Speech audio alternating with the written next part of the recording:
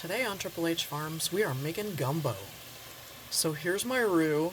It's equal parts oil, whatever kind of oil you like. I use olive oil because I like the flavor of it, and flour.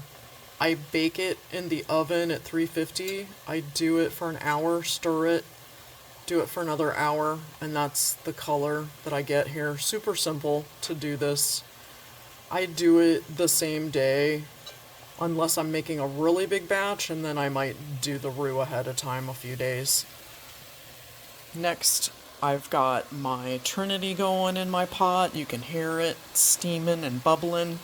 Wish you could smell this. It smells amazing. So if you don't know, the Trinity is equal parts of onion, green bell pepper, and celery. So that's what's going in here. Before I put these on to just get nice and soft till the onions are translucent, I did my andouille sausage, so I sliced it into half moons, sauteed it in the olive oil, left that in the pan, removed the andouille, and then put my veggies, my Trinity, in. So over here, I've got my andouille sausage, kind of crispy, not too crispy, but just nice and ready to go. Cooked through a little bit just to get some of the grease rendered out. And that's the steps that I have so far. I'll keep you posted. Okay, you can really hear that going. You can see how it's very translucent with the onion. Everything is really limp. You've got the brown, nice little crispy stuff at the bottom starting to form. So that's usually when I call it about time to put the roux in. So I'm going to go ahead and add that, and I will show you. I need 2 hands to do that, so I'm going to come back to you here in a second. Okay, so I've got my roux in. You can see it's that nice nutty brown color. Gorgeous, gorgeous. I used half a cup. I said equal parts. I didn't specify how much. For this small batch of just kind of a weeknight pot, not for a crowd, just for us, I used half a cup of each. But you can obviously double that or triple that for whatever kind of batch size you're making. And gumbo's interesting because, like, every family has their own recipe of gumbo.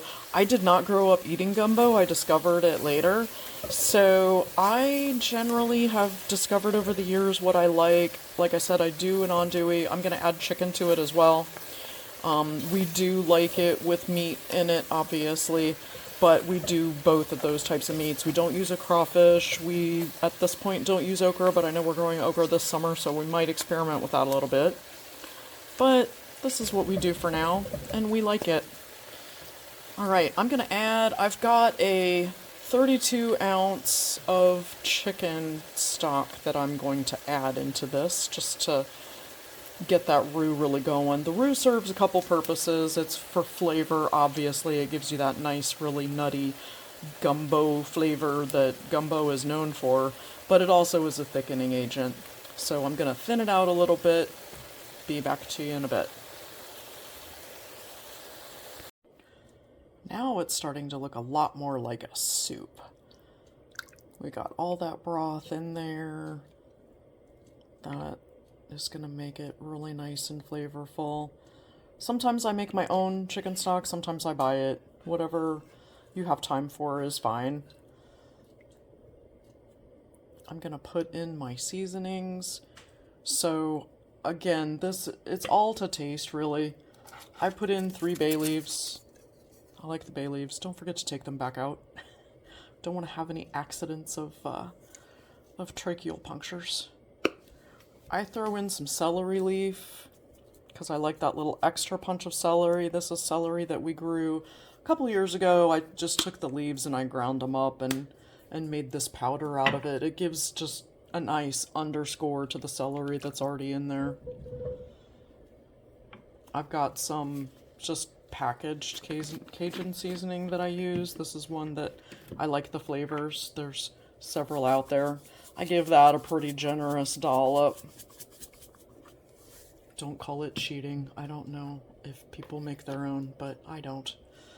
I'm going to add some salt and some freshly cracked pepper and let this simmer a bit. And you know another benefit of roux, it's going to give that really nice mouth feel. that you've come to expect with gumbo. So I've got my meats in. I added 2 really substantial chicken thighs that I chopped up. I happen to have those left over from a dinner that I made in the slow cooker the other night. It was honestly just the chicken thighs with the skin side down, and I left them in there for a couple hours till they fell off the bone, the meat, and I just had covered them with water. They make their own broth in there. So I got that in here. A lot of times I will use just raw chicken breast, so I'll cut that into cubes. I'll season it up. So the seasonings that I added, and I do need to put a little cayenne in here. The seasonings, I usually just kind of mix those in with the raw chicken. And then when everything comes to a bit of a boil, I'll throw that chicken in and make sure that it cooks through. But that way the chicken stays nice and tender. But since I already had a couple chicken thighs lying around, I just threw those in. My andouilles back in. And this is pretty much ready to go. I'm just gonna let it maybe cook down a little bit. It's probably a little thinner than how I usually like it, but over time, if you leave it in your refrigerator overnight, it's gonna get better because obviously this is a big enough batch. If you're cooking for 2, you're gonna have some leftovers. If you're cooking for a crowd, obviously you're gonna want to increase all of the measurements, like I mentioned earlier. So this is pretty much ready to go. You can serve it now over rice, or you can save it and then just heat it back up later. I do like to make it a little bit fancy. I serve it in a big bowl. I'll serve it with some garlic bread and just put the rice, I leave it a little bit sticky, put it into a custard dish, kind of press it in there so it makes that nice little timbale shape. Turn that over on the bottom of the bowl and then pour the gumbo around it. Obviously, garnish with whatever you like. We use a fair amount of hot sauce around here, so that's definitely going in later. But serve and enjoy. Gumbo a la Triple H Farms. That's what's for dinner tonight. Thanks for joining us. If you enjoyed what you saw, give us a like and hit that subscribe button. Thanks so much. If you're gumbo lovers like we are, I'll bet you've got a recipe of your own that you'd like to share. Post it below in the comments.